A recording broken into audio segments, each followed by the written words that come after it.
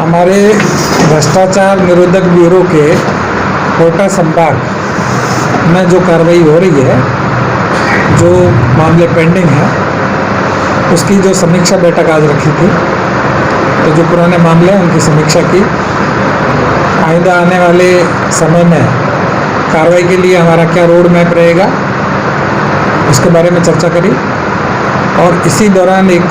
जनसंवाद कार्यक्रम रखा, जिसमें हमारे ब्यूरो के टोल फ्री नंबर 1064 और हमारे व्हाट्सएप नंबर 149413502834 के बारे में प्रचार प्रसार के लिए बात की। जनता से भी आह्वान किया, जो यहाँ लोग आए उनसे आह्वान किया कि व्यवस्था में भ्रष्टाचार के खिलाफ लड़ाई के लिए जन सहयोग आवश्यक है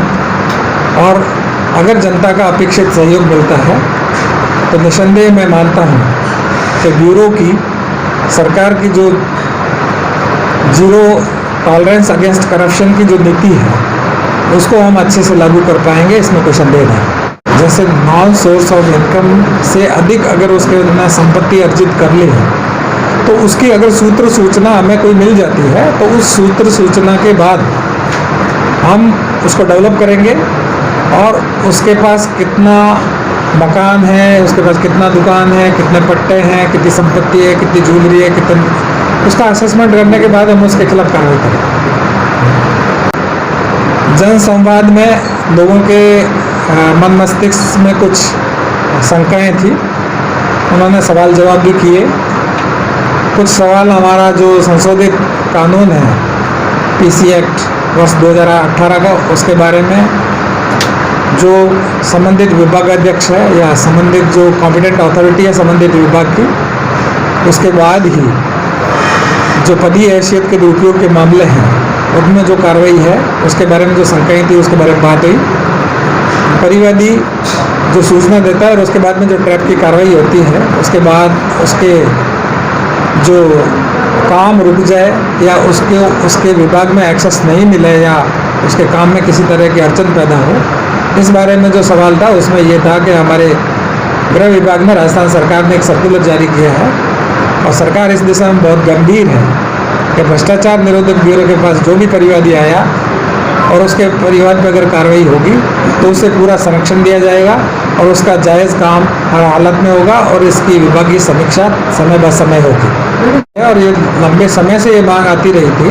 कि जो परिवादी की पेइंग कैपेसिटी इतनी नहीं होती जितनी रिश्वत मांगी जाती है, तो उसमें और रिश्वत की राशि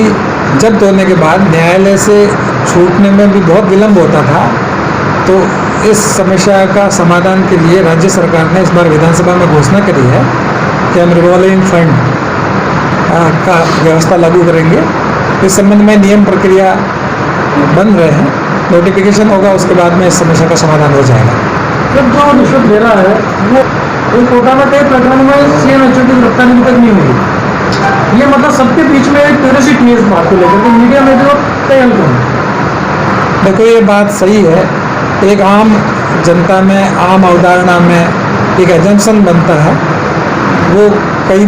बार सत्य भी होता है, सही भी होता है, परंतु कानून सिर्फ एजम्पशंस पे नहीं चलता। हमें किसी के खिलाफ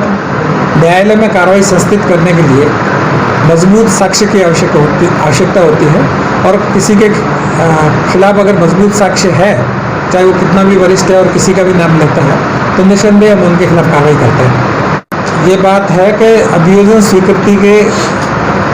अधिकांश मामलों में हमें समय से अभियोजन स्वीकृति मिल जाती है,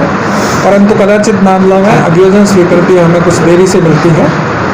तो उन मामलों में हमारा प्रयास यही रहता है, हमारा जो इन्वेस्टिगेशन एजेंसी है उसका प्रयास यही रहता है कि हम उसके लिए तकाजा करें, हम बात करें और सीनियर लेवल पे बात करें। अगर जूनियर लेवल पे नहीं हो पा रहा है तो सीनियर लेवल पे बात करके हम प्रयास करते हैं कि अभियोजन स्वीकृति हमें समय से मिले, और बिना अभियोजन स्वीकृति हम हमारे केस को न्यायालय में प्रस्तुत नहीं कर पाते, ये हमारी मजबूरी रहती है। जहाँ तक आपका सवाल है, जो चुनी हुई जो बॉडीज़ हैं, जैसे नगर निगम है, नगर पालिका है, जिला परिषद है, उनके पास जो हमारी अभियोजन स्वीकृति लंबित रहती है वो बोर्ड में रखकर उनमें स्वीकृति दी जाती है, तो उसमें कदाचित थोड़ी हमें समस्याएं आती हैं,